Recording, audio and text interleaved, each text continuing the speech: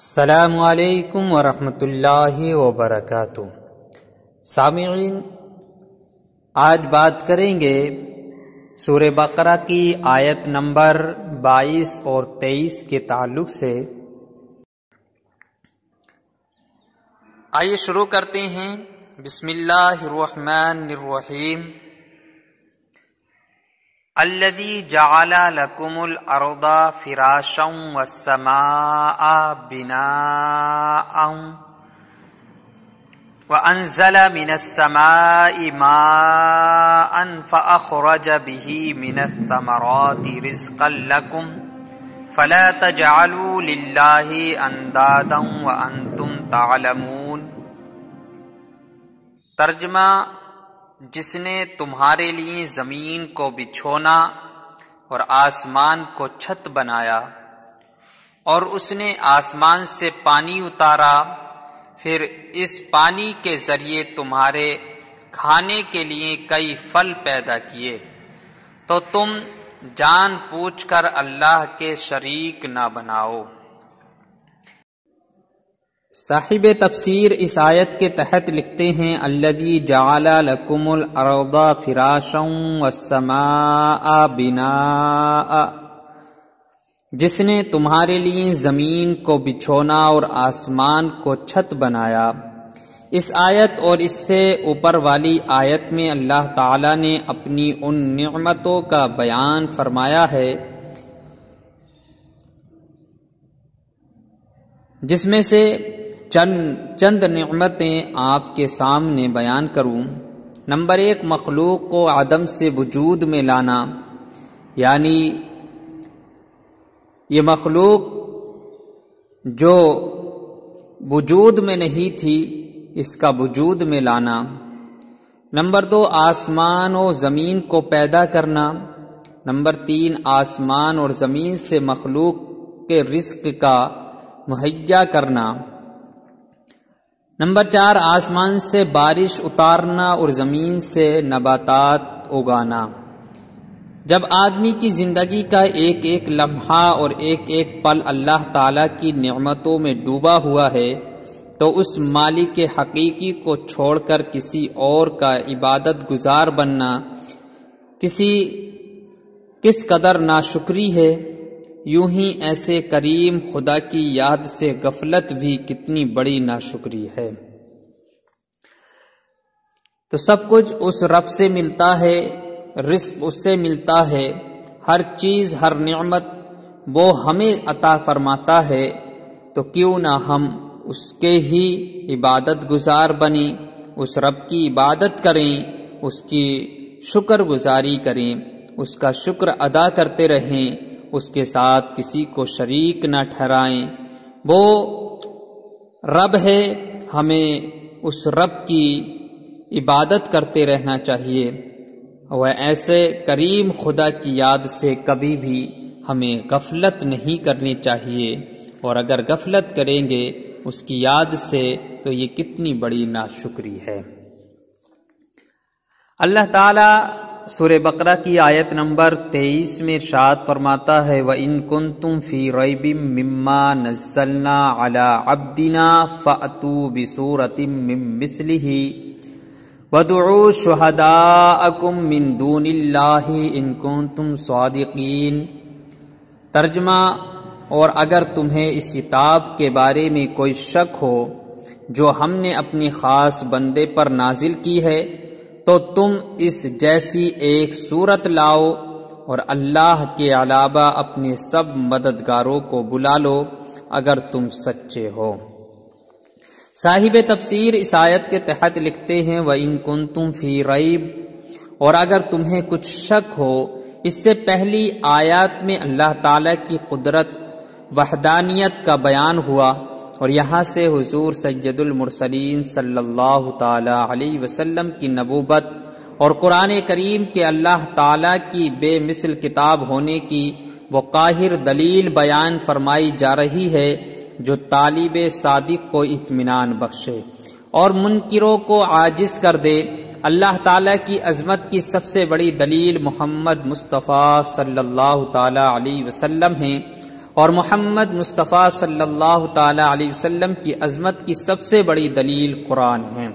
لہذا اس رکوع میں ترتیب سے ان سب کو بیان کیا گیا ہے۔ علی عبدنا، اپنے خاص بندے پر، اس آیت میں خاص بندے سے حضور پر نور صلی اللہ علیہ وسلم مراد ہیں۔ یہاں اس انداز تعبیر میں نبی رحمت عالم صلی اللہ تعالی علیہ وسلم کی شان محبوبیت کی طرف بھی اشارہ ہے۔ اعلی حضرت امام احمد رضا فاضل بریلوی علیہ الرحمہ کیا خوب فرماتے ہیں، لیکن رضا نے ختم سخن اس پہ کر دیا، خالق کا بندہ خلق کا آقا کہوں تجھے، فَأْتُوا بِصُورَةٍ مِّن مِّثْلِهِ، تو تم اس جیسی ایک صورت بنا لاؤ۔ آیت کے اس حصے اور اس کے بعد والی آیت میں قرآن کے بے مثل ہونے پر دو ٹوک الفاظ میں ایک کھلی دلیل دی جا رہی ہے کہ اپنی فصاحت و بلاغت پر ناز کرنے والوں کو چیلنج ہے کہ اگر تم قرآن کو اللہ تعالیٰ کی کتاب نہیں بلکہ کسی انسان کی تصنیف سمجھتے ہو، کسی انسان کا کلام، کسی انسان کی کتاب سمجھتے ہو، تو چونکہ تم بھی انسان ہو لہٰذا اس جیسی ایک صورت بنا کر لے آؤ جو فصاحت و بلاغت، حسن ترتیب، غیب کی خبریں دینے اور دیگر امور میں قرآن پاک کی مثل ہو۔ اور اگر ایسی کوئی صورت بلکہ آیت تک نہ بنا سکو تو سمجھ لو کہ قرآن اللہ تعالیٰ کی کتاب ہے، اور اللہ تعالیٰ کی کتاب کا انکار کرنے والوں کا انجام دوزخ ہے، جو بطور خاص کافروں کے لیے تیار کی گئی ہے۔ نوٹ، یہ چیلنج قیامت تک کے تمام انسانوں کے لیے ہیں۔ آج بھی قرآن کو محمد مصطفیٰ صلی اللہ علیہ وسلم کی تصنیف کہنے والے کفار تو بہت ہیں، مگر قرآن کی مثل ایک آیت بنانے والا آج تک کوئی سامنے نہیں آیا، اور جس نے اس کا دعویٰ کیا اس کا پول خود ہی چند دنوں میں کھل کر رہ گیا۔ اعجاز قرآن کی وجوہات: قرآن مجید وہ بے مثل کتاب ہے کہ لوگ اپنے تمام تر کمالات کے باوجود قرآن پاک جیسا کلام بنانے سے عاجز ہیں، اور جن و انس مل کر بھی اس کی آیات جیسی ایک آیت بھی نہیں بنا سکتے۔ اس کی بنیادی وجہ یہ ہے کہ قرآن مجید اللہ تعالیٰ کا کلام ہے، اور مخلوق میں کسی کے پاس اتنی طاقت نہیں کہ وہ اللہ تعالیٰ کے کلام کی مثل کلام بنا سکے۔ اور یہی وجہ ہے کہ صدیاں گزر گئی، اور ان صدیاں گزرنے کے باوجود آج تک کوئی بھی قرآن مجید کے دیے ہوئے چیلنج کا جواب نہیں دے سکا، اور نہ ہی قیامت تک کوئی دے سکے گا۔ قرآن پاک کے بے مثل ہونے کی بہت سی وجوہات ہیں، جنہیں علماء مفسرین نے اپنی کتابوں میں بہت شرح کے ساتھ بیان فرمایا ہے۔ ہم یہاں پر ان میں سے صرف 3 وجوہات بیان کرتے ہیں۔ تفصیل کے لیے بڑی تفاسیر کی طرف رجوع فرما سکتے ہیں۔ آپ اگر دیکھنا چاہتے ہیں تفصیل کے ساتھ تو آپ بڑی تفسیروں کا مطالعہ کر سکتے ہیں، کیونکہ ہم تو مختصر طور پر آپ تک تفسیر پہنچاتے ہیں۔ نمبر 1، فصاحت و بلاغت۔ عرب کے لوگ فصاحت و بلاغت کے میدان کے شہسوار تھے، اور ان کی صفوں میں بہت سے ایسے لوگ موجود تھے جو کہ بلاغت کے فن میں اعلیٰ ترین منصب رکھنے والے، عمدہ الفاظ بولنے والے، چھوٹے اور بڑے جملوں کو بڑی فصاحت سے تیار کرنے والے تھے، اور تھوڑے کلام میں بہترین تصرف کر لیتے تھے، اپنی مراد کو بڑے عمدہ انداز میں بیان کرتے، کلام میں فصاحت و بلاغت کے تمام فنون کی رعایت کرتے، اور ایسے ماہر تھے کہ فصاحت و بلاغت کے جس دروازے سے چاہتے داخل ہو جاتے تھے۔ الغرض کہ دنیا میں ہر طرف ان کی فصاحت و بلاغت کا ڈنکا بجا ہوا تھا، اور لوگ فصاحت و بلاغت میں ان کا مقابلہ کرنے کی تاب نہ رکھتے تھے۔ ان اہل عرب کو فصاحت و بلاغت کے میدان میں اگر کسی نے عاجز کیا ہے تو وہ کلام، وہ قرآن مجید ہے۔ اس مقدس کتاب کی فصاحت و بلاغت نے اہل عرب کی عقلوں کو حیران کر دیا اور اپنی مثل لانے سے عاجز کر دیا۔ نمبر 2، تلاوت قرآن کی تاثیر۔ قرآن مجید کے بے مثل ہونے کی ایک دلیل یہ بھی ہے کہ اسے پڑھنے اور سننے والا کبھی سیر نہیں ہوتا، اس کا کبھی پیٹ نہیں بھرتا اور نہ ہی اس سے اکتاتا ہے، بلکہ وہ اس کی جتنی زیادہ تلاوت کرتا ہے اتنی ہی زیادہ شیرنی اور لذت پاتا ہے، اور بار بار اس کی تلاوت کرنے سے اس کی محبت دل میں راسخ ہوتی چلی جاتی ہے، بیٹھتی چلی جاتی ہے، اور اس کے علاوہ کوئی اور کلام اگرچہ وہ کتنی ہی خوبی والا اور کتنا ہی فصیح و بلیغ کیوں نہ ہو، اسے بار بار پڑھنے سے دل اکتا جاتا ہے، اور جب اسے دوبارہ پڑھا جائے تو طبیعت بیزار ہو جاتی ہے۔ قرآن مجید کی اس شان کے بارے میں حضرت حارث رضی اللہ تعالی عنہ سے مروی ہے کہ حضرت علی مرتضی رضی اللہ تعالی عنہ فرماتے ہیں کہ حضور اقدس صلی اللہ تعالی علیہ وسلم نے ارشاد فرمایا، قرآن وہ ہے جس کی برکت سے خواہشات بگڑتی نہیں اور جس سے دوسری زبانیں مشتبہ نہیں ہوتی، علماء اس سے سیر نہیں ہوتے، یہ بار بار دہرائے جانے سے پرانا نہیں ہوتا اور اس کے عجائبات ختم نہیں ہوتے۔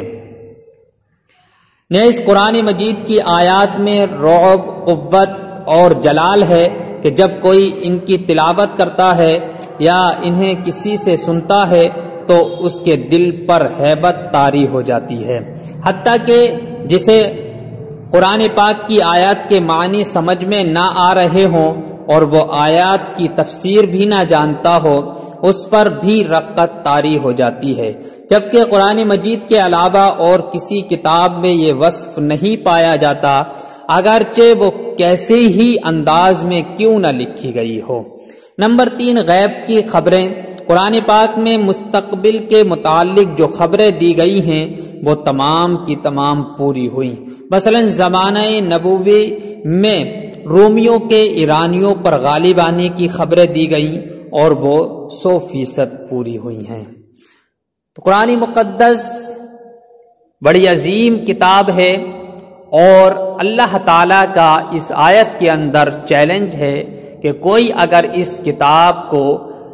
حضور صلی اللہ علیہ وسلم یعنی محمد مصطفیٰ صلی اللہ علیہ وسلم کی لکھی ہوئی کتاب کہتا ہے، ان کی تصنیف کی ہوئی ان کا کلام کہتا ہے،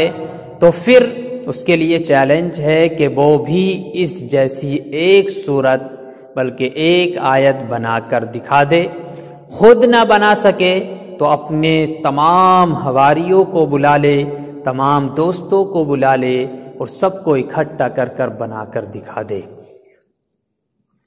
تو قرآن مقدس بڑی عظیم کتاب ہے، اس کی بڑی عظمتیں ہیں، تو قرآن مقدس کو پڑھیے، دل میں اس کی محبت کو بسائیے، اس کی تلاوت کیجیے، کیونکہ قرآن کا سننا، دیکھنا، پڑھنا،